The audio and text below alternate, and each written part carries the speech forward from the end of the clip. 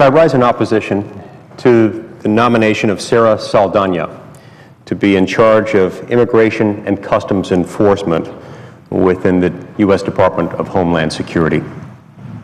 As we all know, the President of the United States recently announced that he will take unilateral executive action on immigration. In so doing, he circumvented the democratic process. He broke the law, and he's subverted our constitutional order. It's incumbent on every member of this body, no matter what their politics or what immigration policies they might prefer to enact, to oppose that usurpation of legislative power and to defend the rule of law. Fulfilling that duty, the duty to defend the rule of law and our constitutional order, leads me to oppose Ms. Saldana's nomination to be the director of Immigration and Customs Enforcement, or ICE as it's commonly known, as the director of ICE. Although I respect her and respect her record of public service, including an admirable and independent streak that she demonstrated as U.S. Attorney, I'm concerned that she's also demonstrated that her commitment to the rule of law may falter where the Immigration and Nationality Act is concerned.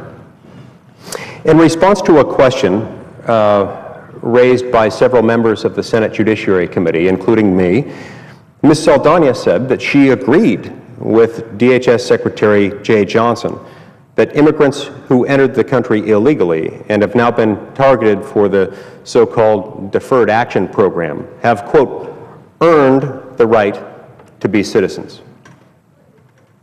That's bold.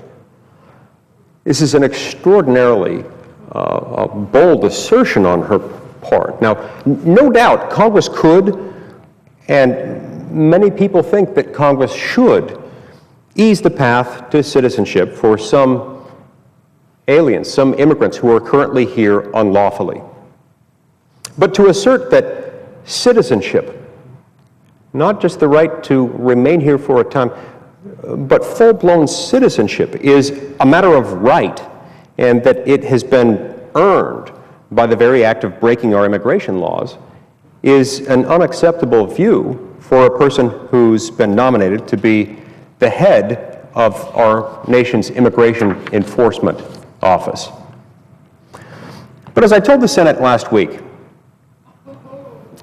this seems to be precisely the mentality of this administration.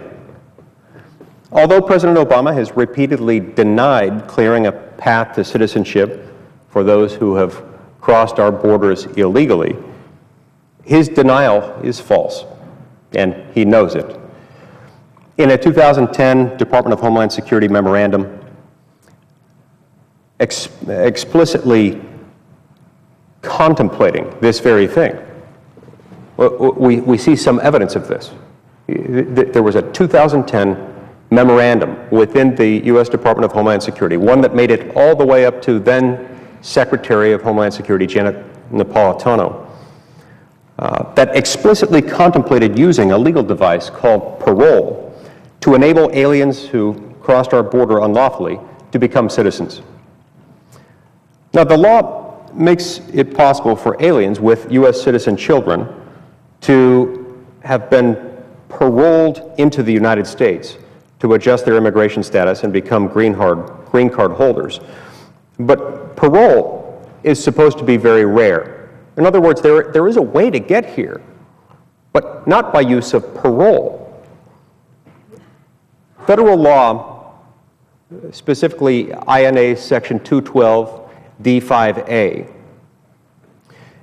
forbids the president, forbids the executive branch of government from paroling aliens into the country except for in very limited circumstances, including, quote, urgent humanitarian reasons or significant public benefit, close quote. That's the text of the statute enacted into law by Congress. But now, despite denying having cleared the pathway to citizenship, the administration has begun granting parole to beneficiaries of deferred action under the very thinnest of pretexts.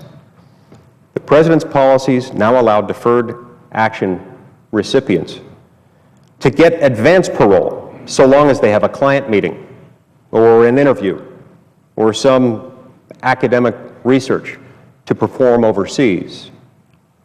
Hardly an urgent humanitarian crisis. When they get back from their trips, these same individuals will then be paroled into the country and will eventually become eligible to adjust their status and get green cards, exactly as the 2010 DHS memo suggested. All of this, of course, is illegal, but it's worse than illegal. It's illegitimate. If Congress decides to make it easier for illegal immigrants who have children here to obtain citizenship, then so be it. But that is a decision for the American people through their elected officials in the legislative branch of the federal government to make. If the president dislikes the law, he, like any other citizen, must ask this body to change that, must ask Congress to change that law. He has no more right than anyone else who lives in this country to ignore or change the law outside the constitutional process. But he, the president, and his administration have talked themselves into doing just that. Now, they can try to rationalize that action to us and perhaps to themselves only by donning the mantle of moral indignation. It isn't just that it would be prudent or merciful to reform our immigration regime. Instead, the administration's argument is that those who flout our laws have, by the very act of flouting them, by the very act of breaking them, earned some kind of moral entitlement to have the law changed, or at least to have the law ignored. And if Congress will not oblige them, then why, they'll just do it themselves. They'll draft up a law called an executive order that overturns national immigration policy as established by law, passed by Congress, and announce it at a press conference. There will be no debate, there will be no amendments, there will be no vote. In short, there will be no democracy. We have passed through the looking glass, Mr. President, and to see how far we've gone inside, observe. Today, the President asks us to install, as custodian of our border, a person who evidently believes that crossing our border illegally earns you the right to vote. The Constitution gives the Senate the responsibility to give the President advice about his executive nominations and ultimately consent.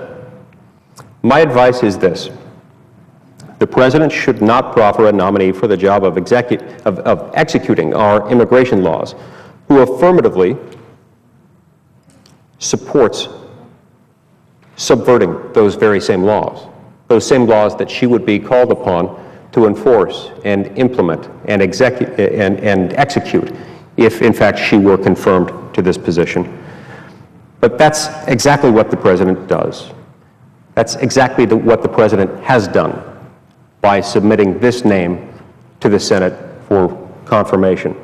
And I cannot and will not give my consent. Thank you, Mr. President.